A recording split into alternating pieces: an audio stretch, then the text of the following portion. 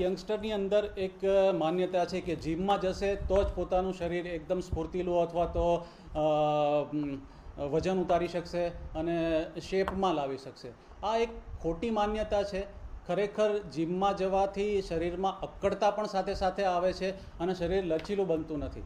એની જગ્યાએ આપણે આપણી આયુર્વેદની પરંપરા અથવા તો ભારતીય ચિકિત્સા પદ્ધતિ અથવા તો આપણી ભારતીય પ્રણાલી મુજબ યોગ અને આયુર્વેદ આ બંને એક એવા વિષય છે કે જેનો સંયોગ કરી અને એનું શરીર ઉતારવા માટે ઉપયોગ કરવામાં આવે તો શરીર સાથે સાથે લચીલું પણ બને છે અને એમાં અક્કડતા નથી આવતી, જે તમને જીમમાં જવાથી આવે છે.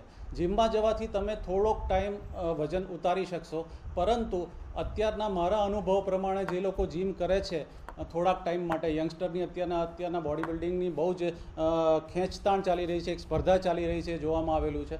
પણ જે લોકો અત્યારના જીમમાં જાય છે અને પછી થોડુંક વજન ઉતરે અથવા તો થોડુંક બોડી શેપમાં આવે પછી એ જીમ જ્યારે છોડી દેવામાં આવે છે ત્યારે પછી એમના એ શરીરના મસલ્સ ઉપર અથવા તો શરીર ઉપર કંટ્રોલ નથી રહેતો હોતો અને એના કારણે શરીર એવી કટંગી હાલતમાં વધે છે કે જેને કોઈ સીમા નથી રહેતી. તો ખરેખર જીમ એ વજન ઉતારવા માટેનો કોઈ પર્યાય નથી. જીમ કરવું હોય તો એ એક સ્પોર્ટ્સ તરીકે લેવાય. જેમ કે જે લોકો બોડી બિલ્ડિંગની અંદર જતા હોય છે અને સ્પોર્ટ્સ તરીકે લેતા હોય છે તો એમના માટે જીમ યોગ્ય છે. પણ માત્ર વજન ઉતારવા માટે અને બોડીને શેપ આપવા માટે થોડાક ટાઈમ માટે તમે જો જીમમાં જતા હો તો આ તમારા માટે નથી.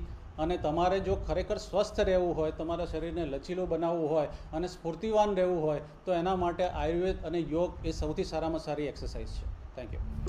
આવી જ અવનવી માહિતી અને સમાચાર મેળવવા માટે વિડીયોને લાઇક કરો, કોમેન્ટ કરો, ચેનલને સબસ્ક્રાઈબ કરો.